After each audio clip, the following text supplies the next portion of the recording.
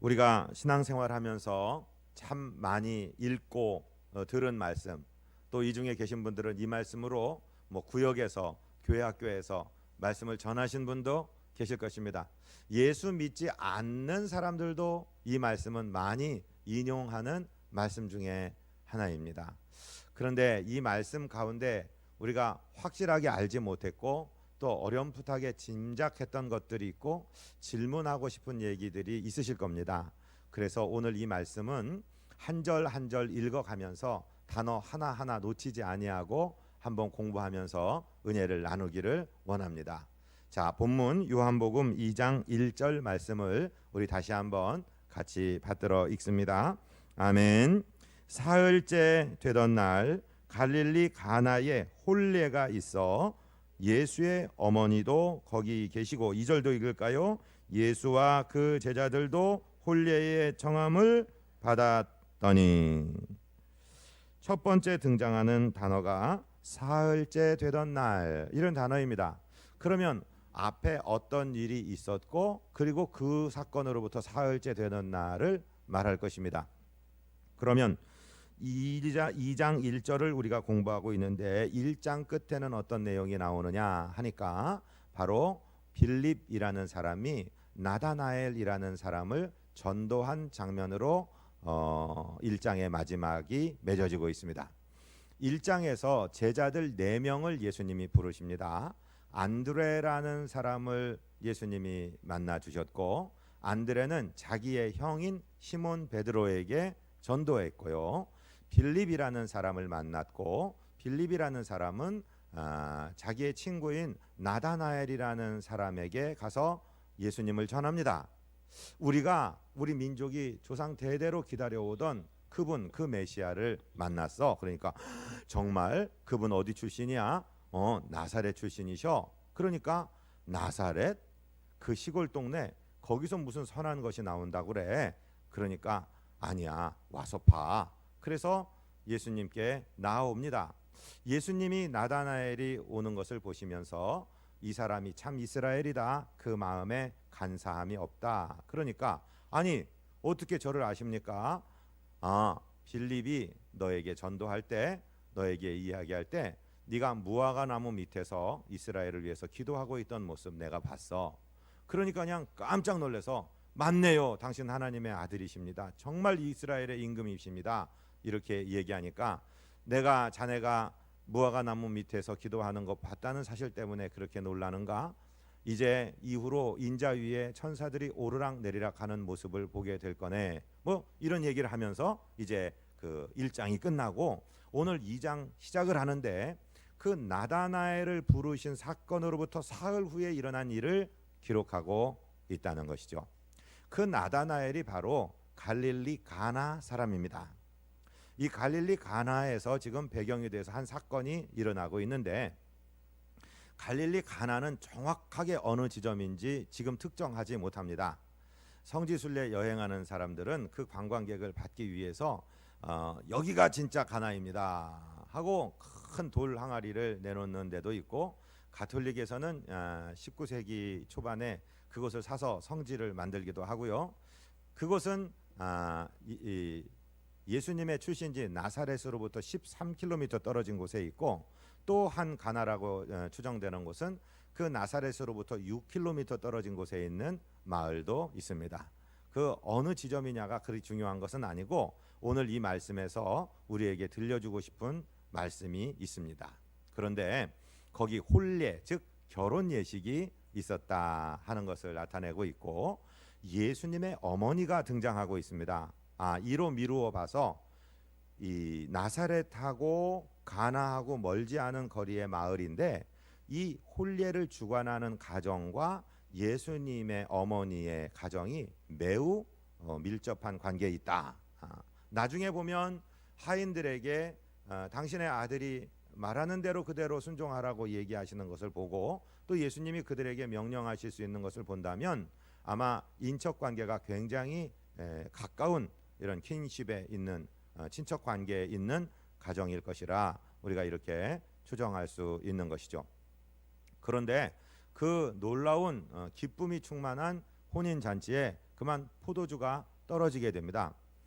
포도주는 성경에서 기쁨을 상징합니다. 그리고 잔치를 상징합니다. 일반적으로 이 유대 가정의 결혼 풍습은 우리는 결혼식 예식장에서 하면 주례 말씀 축가 다 포함해서 20분 넘어가면 촌스러운 목사가 됩니다. 제가 여담인데 대전에 2000년도에 내려오고 2001년도에 결혼식을 어느 예식장 가서 주례를 했는데 뭣도 모르고 조금 오래 한 모양입니다. 그 다음 달에 또 주례가 있어서 그 예식장에 갔더니 거기 그 섬기는 그 여자 직원들이 저 목사님, 길게 하시는 목사님 또 오셨다, 일부러 들으라고 얘기하는 것 같아요. 그래서 그때부터 정신 바짝 차려갖고 다 끝날 때까지 15분 내에 그냥 국화빵 찍어내듯이 전 주례를 맡으면 그렇게 합니다. 그런데 예수님네 나라의 전통은 보통 가정은 3일 정도 예식을 하고요, 잔치를 하고요. 그리고 조금 여유 있는 가정은 한 일주일 정도 잔치를 합니다. 그러니까 포도주가 제일 중요한 잔치 음식의 재료인데 아차 잘못해서 수요 예측을 잘못해서 그만 포도주가 떨어지는 사건이 발생을 하게 된 것입니다. 여기서 굉장히 중요한 이야기를 예수님의 어머니 마리아가 예수님에게 하고 있는 장면을 우리가 이제 목도하게 됩니다. 3절 말씀을 우리 같이 읽을까요? 포도주가 떨어진지라 예수의 어머니가 예수께 이르되 저들에게 포도주가 없다 하니. 자, 굉장히 의미심장한 한 마디입니다. 여기서 왜 포도주가 떨어진 걸 예수님이 연회장도 아니고 무슨 그 집의 직계 자손도 아니고 이 포도주 떨어진 걸 예수님이 책임질 하등의 이유가 없는 상황에서 예수님의 어머니 마리아가 예수님에게 포도주가 없다라고 말씀을 하십니다. 이건 의미가 있는 말입니다. 왜냐하면 예수님이 누구신지를 예수님을 잉태하고 출산한 마리아는 알고 있습니다. 왜냐하면 자기 남편 요셉과의 사이에서 난 아들이 아니요, 정혼만 했을 때, 약혼했을 때 천사 가브리엘을 통해서 수태고지를 받고 성령에 의해서 잉태함을 받은 자기 배로 난 아들, 내 개인적인 아들이지만 이 아들은 바로 이 인류가 고대하고 수천 년 동안 기다려온 그 메시아라는 사실을 어머니는 잘 알고 있습니다. 그래서 여기서 포도주가 없다라고 말씀하신 것은 이제 아들 자네의 공생의 시간이 도래했네, 이 얘기입니다.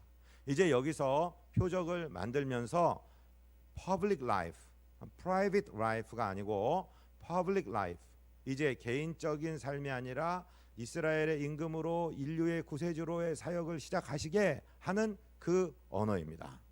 또 하나 우리가 기도에서 배워야 될 것은 기도가 무엇인지를 정확하게 예시해 주는 말씀입니다. 우리가 일반적으로 하는 기도는 무엇이냐면 하나님을 종으로 부려먹는 기도입니다. 이번에 나 시험 봐요, 붙여주세요. 이번에 어디 입사원서 냈어요, 반드시 붙어야 돼요, 붙이세요. 내가 지금 돈이 한 1,000만 원 필요한데 이번 주 내로 필요하니까 이번 주 내로 내놓으세요. 이것은 아랫사람이 위에 분에게 청하는 청구가 아니라 윗사람이 아래 일꾼을 부리는 거나 뭐가 다릅니까? 요대로 요시에 해놓으세요 하는 기도를 우리는 자주 한단 말입니다. 그런데 기도의 본질은 무엇이냐면 현황, 상황을 정확하게 보고 드리는 것으로 끝입니다. 지금 현재 이러한 일이 진행되고 있사오니 어찌하오리까? 그래서 옛날에 직장 생활을 하신 어른들, 지금은 다 은퇴하시고 노인이 되신 어른들을 보면은 직장에서 품의서 하나를 올려도 끝에 끝나는 종언이 어찌하오리까로 끝났다고 해요. 또 제가 하시기를 앙망하나이다, 이 정도로 끝났다고 하는 거예요. 기도의 원칙을 지금 마리아는 얘기해주고 있는 것입니다. 포도주가 떨어졌다라고 보고하고 어떤 말씀을 분부하시든지 그대로 순종하는 자세, 그것이 참된 제자의 기도의 자세인 줄로 믿습니다. 우리 기도가 이런 모습을 갖게 되시기를 주님 이름으로 축복드립니다. 아멘.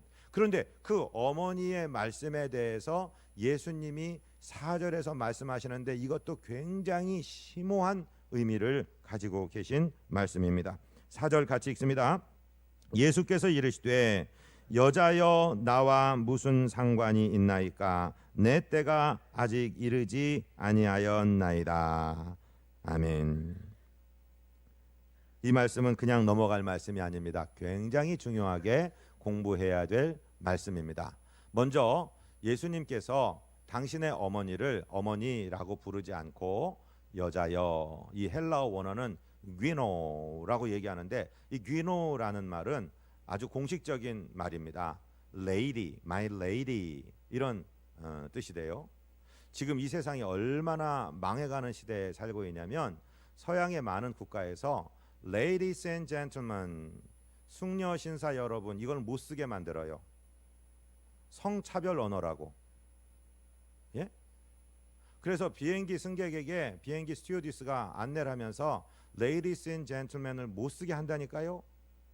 Dear respectable passengers, 존경하는 승객 여러분, 이렇게 중성적인 단어, 성이 구별되지 않는 단어를 쓰라고 얘기하는 시대가 아빠 엄마가 아니고 father mother가 아니고 parent one, parent two 이렇게 쓰는 시대로 지금 들어가는 이 미친 시대에 지금 우리가 살고 있어요. 이건 여담이었습니다만은 자, lady 이 말은 mother 어머니라고 얘기하지 않고 높임말로 부인 이렇게 얘기하는 것. 주로 남편이 자기 아내를 아주 높여 부를 때 쓰던 용어 또는 임금님이 자기 개인의 어머니를 높일 때 쓰던 용어, 아주 공식적인 용어로 자기 어머니를 부릅니다. 이건 무슨 뜻이냐? 어머니인 건 맞아요. 개인적으로 어머니인 건 맞아요. 그런데 당신의 인류 구석의 공적인 생활이 시작된다. 공생애가 시작된다는 것을 선포함으로써 부인이시여라고 지금 부르는 칭호라는 것을 우리는 알아야 돼요. 내 때가 아직 이르지 않았습니다에는 두 가지 뜻이 있는데 이 말씀의 첫 번째 뜻은 나이가 영광 받을 때, 예수님은 물로 포도주 만들고 병자 고치고 무리를 걸어다니고 그런 거 하려고 오신 것이 아닙니다. 예수님의 주 사역의 영광의 목표는 저와 여러분의 죄를 짊어지고 당신 목숨을 십자가에서 생축으로 드리시는 그 사역이 영광이라고 생각하시는 것이고, 그리고 그렇게 죽으시면 하나님께서 죽은 자들 가운데 부활시키는 그 사건, 즉 십자가와 부활 사건을 당신의 유일한 영광으로 알고 계시기 때문에 이 첫 번째 의미는 내 때가 아직 이르지 않았습니다 말함으로 아직 십자가 지고 부활할 때가 아닙니다라는 첫 번째 의미의 언어임과 동시에, 두 번째는 이 해석은 아마 이 코가 큰 서양 사람보다 우리 한국 사람들이 훨씬 이해하기 쉬운 말이고, 특히나 이 충청도 양반님들이 이해하기가 쉬우실 것입니다. 이건 겸양의 표현입니다. 내 때가 아직 이르지 않았습니다. 내가 기적을 행하고 그럴 때가 아직 아닌 것 같습니다 라고 겸손하게 이야기하지만 이 말씀 속에는 이제부터 나의 공생애가 시작됩니다 하는 이런 행간을 읽는 지혜가 있으시기를 주님 이름으로 축복드립니다. 우리 이 동네 사람들이 괜찮아요, 됐습니다 이렇게 얘기하는 게 사실 돼서 됐다고 하는 표현이 아니죠. 아직 아닙니다, 아직 때가 안 됐습니다가 안 됐기 때문에 하는 게 아니라 겸손의 표현이라는 것이죠. 지난 수련회 기간에 우리 김수명 목사님이 재미난 말씀을 해주셨어요. 서양 사람들은 너 나가 분명하고 자기를 쓸 때 아이자 대문자로 쓰고 나 중심으로 이런 얘기를 하지만 우리 모든 사람들은 우리 중심으로, 그래서 서양 사람들보다 예의는 바르지 않은 것 같아서 서로 인사를 하지 않아도 마음속에 우리 의식, 하나 의식이 다 흐르고 겸손의 겸양의 문화가 흐르고 있다. 이거는 아주 단순하게 1차원적인 그런 사고방식으로는 이해할 수 없는 심오한 문화다, 그런 말씀하셨는데 아주 동의가 되었습니다. 그렇습니다. 예수님께서 여자여 아직 내 때가 이르지 않았습니다라는 속뜻에는 아직은 때가 아닌 것 같지만 어머니 말씀하시는 것을 들으니 나의 공생애가 시작됩니다 하는 이런 반어법적인 표현이 들어가 있다는 사실을 한번 생각해 보시기를 바랍니다. 그러자 이제 놀라운 사건, 우리가 이 한 절 한 절 이 요한복음 2장의 전반부의 이 혼인잔치의 첫 번 표적의 사건은 한 절도 놓쳐서는 안 되는 아주 금과 옥조의 말씀들입니다. 5절에서 예수님의 어머니가 하인들에게 이제 당부를 하는 장면을 우리가 읽게 됩니다. 같이 읽습니다. 그의 어머니가 하인들에게 이르되 너희에게 무슨 말씀을 하시든지 그대로 하라 하니라. 바로 이게 기도의 자세입니다. 하나님께 상황을 보고 드렸고 하나님께서 어떤 말씀을 하실 때 내 생각으로 하나님과 거래하려는 마음이 아니라 하나님이 주시는 말씀을 그대로 순종하겠다는 자세.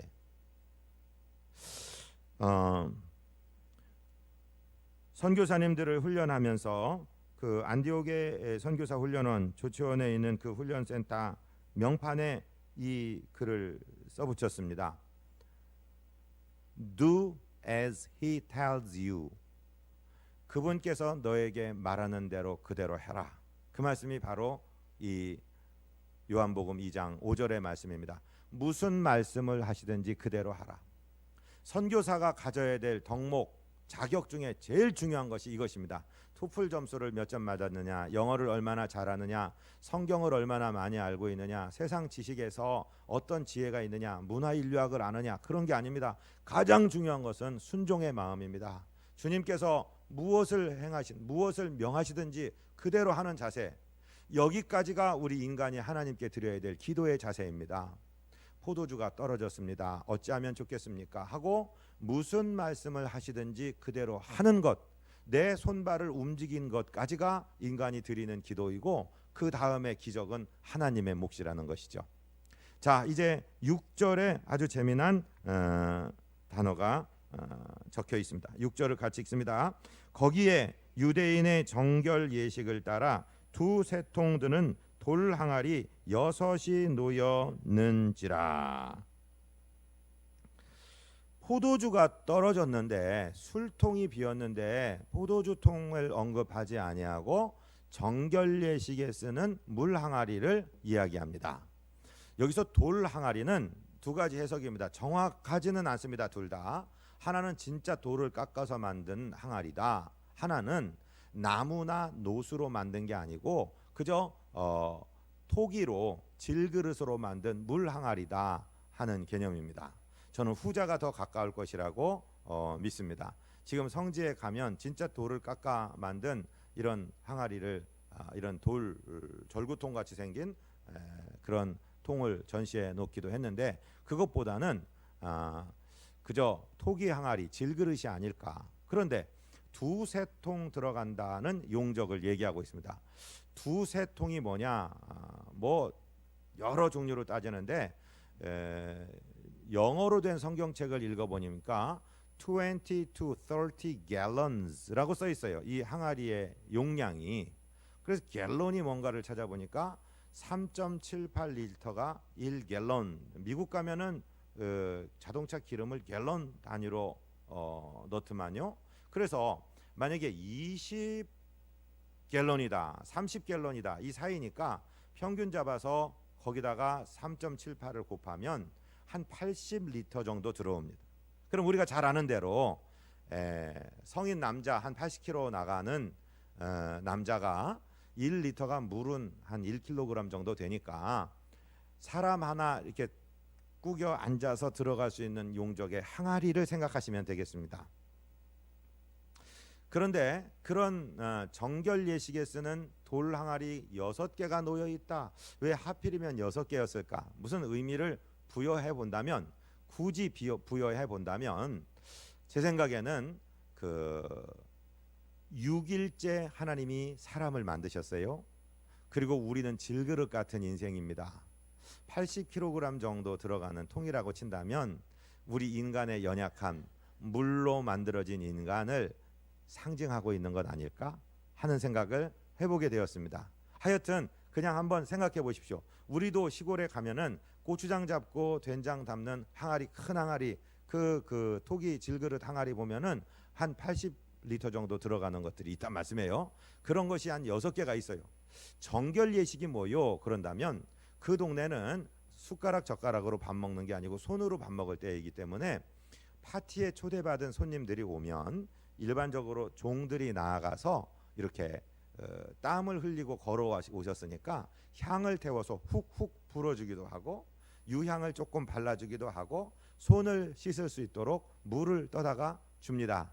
그러면 어떤 분들은 오른손으로 밥을 먹으니까 오른손에 이렇게 찍었다가 이렇게 들어 올리는 것으로 정결 예식을 끝나는 사람도 있고, 간단하게 손을 씻는, 뭐 비누 넣고 빡빡 닦고 그런 거 아닙니다. 그냥 씻는 정도를 정결 예식이라고 하고, 아주 존귀한 아주 VVIP들이 왔을 때는 그 집에서 있는 가장 신분이 낮은 종이 달려 나와서 대야를 가지고, 그 지금처럼 뭐 양발 신고 구두 신고 이런 문화가 아니니까 그저 샌들 신고 다니는 문화니까 구부려 엎드려서 그분의 발을 씻어주는 것. 그러니까 예수님께서 마지막 만찬장에서 우리의 발을 씻어주셨다는 것은 엄청난 이야기입니다. 가장 낮은 종이 해야 될 일을 하셨다는 거죠. 하여튼 그렇게 소용되는 물을 쓰기 위해서 그런 결례에 쓰는 항아리가 6개가 있었다, 이렇게 생각하시면 됩니다. 그런데 예수님께서 거기 어떤 당부를 하시는지 보겠습니다. 7절 같이 읽습니다. 예수께서 그들에게 이르시되 항아리에 물을 채우라 하신즉 아귀까지 채우니. 오늘 우리가 은혜 받을 본문은 예수님의 능력에 관한 것도 아니고 마리아의 기도에 관한 것도 아니고 예식의 예법에 대한 것도 아니고 바로 오늘 이 일에 순종한 하인들에 대해서 공부하기를 원합니다. 예수님께서 그 물통에 물을 채우라고 당부를 하십니다. 얼핏 이해하기 힘든 부탁입니다. 그렇죠? 아니 술이 떨어졌는데 술통에다가 물을 채우라 그러면은 혹시 이걸 기적을 하시겠다라고 이해가 되겠는데, 술통은 내버려 두고 물통에다가 물을 태우라고 하니 물 항아리에 물 채우라는 말을 누가 그렇게 쉽게 받아들일 수 있겠습니까? 그런데 주님의 그 당부에 대해서 오늘 7절 후반에 보니까 놀라운 일이 일어나는데, 자 자세하게 읽어보세요. 그 하인들이 억지 춘향으로 그저 처삼촌녀 벌초하던 식으로 대충 했습니까? 아니면 어디까지 채웠습니까? 물을 아귀까지 채웠다라고 쓰고 있습니다.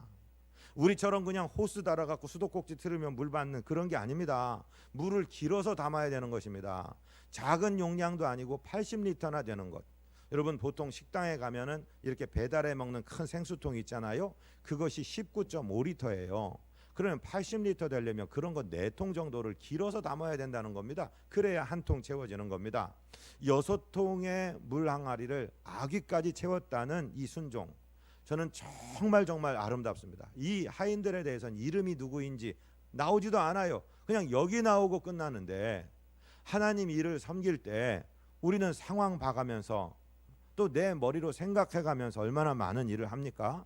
그런데 오늘 이 첫 번 표적의 주인공이 되는 하인들은요, 기쁜 마음으로 그저 아귀까지 꽉꽉 채워서 순종했다는 사실을 우리가 발견할 수 있습니다. 이 순종과 충성에 당할 8월을 맞는 저와 여러분의 하나님을 향한 충성 되시기를 주님 이름으로 축복드립니다. 아귀까지 채웠어요. 그리고 나서 또 놀라운 구절이 8절입니다. 같이 읽습니다. 이제는 떠서 연회장에게 갖다 주라 하심에 갖다 주었더니. 저는 이 요한복음 2장 1절로 11절 중에 가장 중요한 두 부분을 지적하라 그런다면 7절 끝에 아귀까지 채웠더니와 8절 끝에 갖다 주었더니, 이 어구를 지적하고 싶습니다. 생각해 보세요.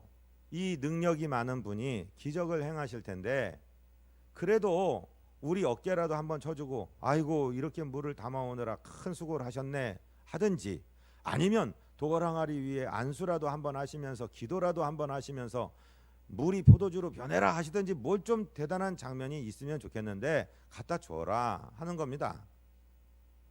열왕기하 5장에 나오는 나아만 장군처럼, 엘리사의 문 앞에 섰던 나아만 장군처럼 아주 분했을 수도 있습니다. 내가 이 먼 거리를 왔는데 이스라엘 선지자라는 사람이 코빼기도 안 보이고 시종을 보내서 요단강에 가서 7번 씻으라니, 그러면서 분노할 정도의 상황 아니겠습니까? 우리가 이 땀을 뻘뻘 흘리면서 이 노동을 해서 왔으면 우리의 노력에 대한 치하를 하든지 아니면 기도라도 한번 간절하게 하든지 뭐 이런 게 있어야 되는데 갖다 주라니 이게 뭔 말인가 하고 에이 기분 나빠 집에 가 그러고 돌아설 수도 있는 장면인데 이 사람들은 끝까지 순종을 했다는 거예요. 순종은 끝까지 하는 겁니다. 아멘. 순종은 온전하게 하는 겁니다. 아멘. 순종은 즉각적으로 하는 겁니다. 아멘. 순종은 단 마음으로 기쁜 마음으로 하는 겁니다. 아멘. 그랬더니 그만 기적이 일어나는 거예요. 물을 길어왔을 때까지도 물이었는데 연회장에게 배달이 되는 그 순간에 이 물은 포도주로 화학적인 변화를 일으켜 버리는 것입니다. 저기에 놀라운 기적이 일어났어요. 9절을 같이 읽습니다. 연회장은 물로 된 포도주를 맛보고도 어디서 났는지 알지 못하되 물 떠온 하인들은 알더라. 연회장이 신랑을 불러. 사랑하고 존경하는 성도님들, 이 예수님의 요한복음의 첫 번째 표적의 비밀을 안 사람들은 연회장이 아니었습니다. 신랑도 아니었습니다. 바로 순종한 하인들이었습니다. 이름도 등장하지 않는데 하나님의 말씀 우직하게 순종한 하인들을 통해서 첫 번째 표적의 비밀이 알려졌다는 사실입니다. 우리 모두 이 순종을 하시는 주의 종들 되시기를 주님 이름으로 축복드립니다. 가장 먼저 기적을 발견하는 사람은 현장에 있는 사람들입니다.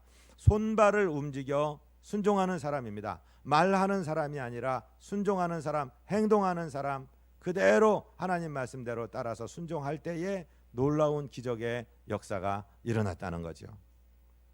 요즘에 갈수록 이런 순종이 없어지고 있습니다.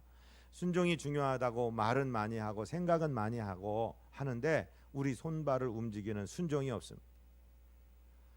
주일 예배당에 손발을 움직여 내 몸을 드린다, 내 시간 드린다. 내가 라디오 앞에 TV 앞에 앉아서 예배 드리는 것이 아니라 내가 내 몸을 하나님께 드린다. 순종하여서 팔다리 움직여서 주의 전에 와서 몸 들이시는 사랑하고 존경하는 성도님들을 축복합니다. 이것이 예배입니다. 하나님 앞에 나오는 것입니다. 기쁜 마음 단마음으로 드리는 것입니다. 하나님께서 그 헌신을 받으시고 거기 기적을 일으키신다는 것이죠. 자, 이제 신랑에게 이 파티장 연회장이 놀라운 얘기를 합니다. 10절 같이 읽습니다. 말하되 사람마다 먼저 좋은 포도주를 내고 취한 후에 낮은 것을 내거늘 그대는 지금까지 좋은 포도주를 두었도다 하니라. 아멘. 예수 믿는다는 것은요 점점 좋아지는 것입니다. 할렐루야. 믿으세요? 여러분 찬양대원들 오늘 아름다운 찬양을 하셨는데 음악 기호 중에 크레센도가 뭐예요? 크레센도. 점점 세게. 디크레센도. 점점 약하게. 여러분의 신앙은 어떻습니까? 세상은 그래요. 세상은 디크레센도예요. 결혼할 때 굉장히 행복해요. 최고로 기뻐요. 근데 살다 보니까 시들해요. 별로 이쁘지도 않고 늙어가고 그래. 디크레센도의 삶을 살아요. 예수 제대로 못 믿는 사람은 첫사랑의 감격은 대단히 큰데 아유 이제는 교회 가는 게 너무 힘들어요. 디크레센도의 신앙생활을 해요. 그러나 예수님을 만나서 순종하며 변화된 사람은 점점 더 좋아져요. 할렐루야. 네? 개인적인 얘기를 해서 죄송합니다마는 목사도 결혼해서 31해 지금 살았는데요. 그 25살에 장가를 들었는데 그때 마나님보다 지금 마나님이 훨씬 예뻐요. 믿거나 말거나. 에? 저는 훨씬 좋아요. 세상에 이쁜 여자들이 많은데 그 여자보다 이쁘지는 않아요. 왜 그러냐면 저는 크레센도의 삶을 살아요. 예수 믿고 나니까 갈수록 더 좋아지는 거예요. 더 사랑스러워지는 거예요. 세상에 이쁜 여자가 있어도 그 여자는 나와 함께한 인생의 경험이 그렇게 많지 않아요. 오늘 일부 예배 때 오늘 신혼부부가 왔길래 신혼부부한테 그 얘기했어요. 봐라 이제 갈수록 더 좋아진다. 갈수록 더 사랑스러워진다. 여러분 예수 믿어서 제대로 믿으면 갈수록 주님이 더 사랑스러워집니다. 알면 알수록 더 주님이 좋아집니다. 할렐루야. 처음에 좋은 포도주 내고 취한 다음에 막 주는 것이 아니라 처음에는 물 같았는데 나중에는 극상품의 포도주가 되는 신앙인들이 되시기를 주님 이름으로 축복드립니다. 예수 믿는 건 갈수록 좋은 거예요. 크레센도의 삶이 되시기를 주님 이름으로 축복드립니다. 우리가 가정에서 삶도 그렇고 교회에서 삶도 그렇고 직장에서 삶도 그렇고 예수 믿어 예수님으로 변화된 삶은요 갈수록 좋아지는, 갈수록 기쁨이 넘치는 삶이 되는 것입니다. 11절 같이 읽습니다. 예수께서 이 첫 표적을 갈릴리 가나에서 행하여 그의 영광을 나타내심에 제자들이 그를 믿으니라. 표적이라는 것은 예수님이 예수님 되심을 드러내는 사건을 말합니다. 그래서 예수님께서 이미 영광을 받으시고 주변에 있는 제자들이 그것을 믿게 되었다는 사실이죠.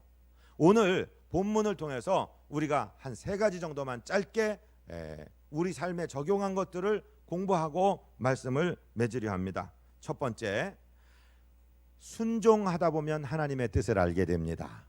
순종하다 보면 하나님의 뜻이 자명해지고, 아하, 이런 것이 기적이구나, 이런 것이 신앙생활의 묘미구나, 이런 것이 주님의 방식이구나 하는 것을 깨달을 수 있습니다. 순종하지 않으면 백날 연구하고 책 읽고 골똘히 생각해봐도 깨달을 수 없어요. 손발을 움직여 순종한 하인들이 연회장보다 신랑보다 이 비밀을 먼저 알았던 것처럼 저와 여러분 순종하고 나면 깨닫게 됩니다. 요한복음 11장 39절 40절 같이 읽을까요? 예수께서 이르시되 돌을 옮겨 놓으라 하시니 그 죽은 자의 누이 마르다가 이르되 주여 죽은 지가 나흘이 되었음에 벌써 냄새가 나나이다. 예수께서 이르시되 내 말이 네가 믿으면 하나님의 영광을 보리라 하지 아니하였느냐 하시니. 자, 이게 무슨 말씀이에요? 믿었다는 말씀이 관념적으로 사변적으로 머리에서 믿었다는 이야기가 아니라 믿고 그 썩어서 냄새나는 시체가 있는 무덤을 막고 있는 돌문을 굴려내는 믿음의 순종, 손발의 순종이 있을 때 영광을 보겠다고 하신 말씀입니다. 저와 여러분 머리로 계산하려고 하지 마시고 하나님의 말씀 그대로 받는 대로 온전히 순종하셔서 기적의 비밀을 발견하시는 우리 모두 되시기를 주님 이름으로 축복드립니다. 두 번째 이야기는 무엇이냐면요, 예수 믿으면은 나중이 더 좋아요. 처음보다 나중이 더 좋아요. 점점 더 좋아지고 천국 가서 진짜로 좋은 일이 일어납니다. 잠언 4장 18절입니다. 의인의 길은 돋는 햇살 같아서 크게 빛나 한낮의 광명에 이르거니와. 예수 믿는 의인의 길은요 돋는 햇살 같아. 아침에 미명에는 이게 밤인지 아침인지 구별을 못해요. 저쪽에서 태양이 하늘이 벌게 지고 떠오르기 시작하면 점점 밝아져서 갑자기 아침이 되면 환하다가 정오의 태양빛같이 환하게 빛나는 줄로 믿습니다. 우리 예수 믿을 때 처음은 정말로 미약하게 시작할지 모릅니다. 그러나 주님과 사귀고 주님을 배워가고 주님을 순종해 나가다 보면은 나중이 훨씬 좋아지고 하늘 문 앞에 섰을 때, 주님 앞에 섰을 때 최고로 좋은 일이 일어날 줄로 믿습니다. 그렇기 때문에 우리는 인생을 이 충성하는 데 헌신해야 되는 것입니다. 절대로 육신의 기회를 삼지 말고 그 영혼의 때를 위해서 살아야 되는 것입니다. 갈라디아서 6장 8절입니다. 자기의 육체를 위하여 심는 자는 육체로부터 썩어질 것을 거두고 성령을 위하여 심는 자는 성령으로부터 영생을 거두리라. 세상 사람들이 보면 지금 여기 앉아 계신 분들이 미련한 분들입니다. 무엇을 자기 기름 들이고 자기 돈 들이고 자기 시간 들여서 교회까지 가갖고서 예배를 드려 지금 들로 산으로 얼마나 좋은 데가 많은데 할 텐데 우리는 영혼의 가치를 알기 때문에 썩어진 육신에 투자하지 아니하고 하나님께 우리 몸을 드리고 거룩한 시간과 물질을 드리는 줄로 믿습니다. 심는 것입니다. 하나님께로부터 멋지고 아름다운 것을 거두게 될 줄로 믿습니다. 마지막 생각해 볼 것은요, 오늘 변한 포도주를 생각해 보십시오. 물이 포도주가 되는 것은요 화학적인 변화입니다. 물이 얼었다가 녹는 것은 물리적인 변화입니다. 그런데 한번 포도주로 바뀐 그 물은 다시 물이 될 수 없습니다. 마치 애벌레로 있다가 고치를 남기고 나비가 돼서 날아가는 나비처럼 나비는 다시 애벌레로 돌아설 수 없는 거예요. 그것을 아주 근본적인 변화, 화학적인 변화, 트랜스포메이션이라고 얘기하는데 저와 여러분은 예수 믿어서 영생 얻게 되고 거듭났을 때 이미 화학적인 변화를 겪은 포도주들인 줄로 믿게 되시기를 바랍니다. 물로 돌아갈 수 없습니다. 여러분들이 가는 곳에 기쁨의 웃음꽃이 피게 될 줄로 믿습니다.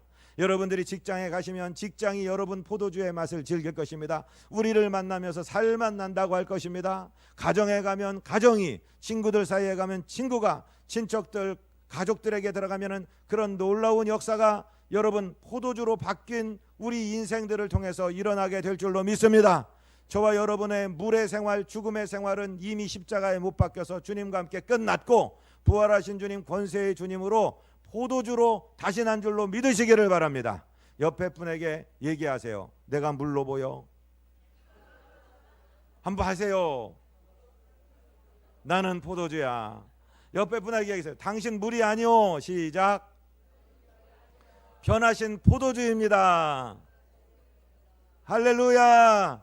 포도주로 기쁨의 삶을 살아야 됩니다. 그것을 사도 바울은 갈라디아에 편지하며 이렇게 표현하였습니다. 갈라디아서 2장 20절 같이 읽습니다. 내가 그리스도와 함께 십자가에 못 박혔나니 그런즉 이제는 내가 사는 것이 아니요 오직 내 안에 그리스도께서 사시는 것이라. 이제 내가 육체 가운데 사는 것은 나를 사랑하사 나를 위하여 자기 자신을 버리신 하나님의 아들을 믿는 믿음 안에서 사는 것이라. 아멘. 하나님 우리 아버지, 물 같았던 인생 만나는 극상품의 포도주로 만들어주신 주님을 찬양합니다. 오늘 가나의 혼인잔치에 주님이 행하신 첫 번째 표적에서 그 기적은 물도온 하인들만 알았다고 하였사오니 하나님, 이 이름 없는 하인들처럼 주님을 섬기는 순종의 삶이 되게 하여 주시고 충성의 삶이 되게 하여 주시고 주의 은총 가운데 살아가 다시는 종의 멍에를 매지 않고 승리하는 자유인 되도록 우리의 삶을 인도해 주옵소서. 우리 구주 예수 그리스도 이름으로 믿사옵고 축복하고 간구하옵나이다. 아멘.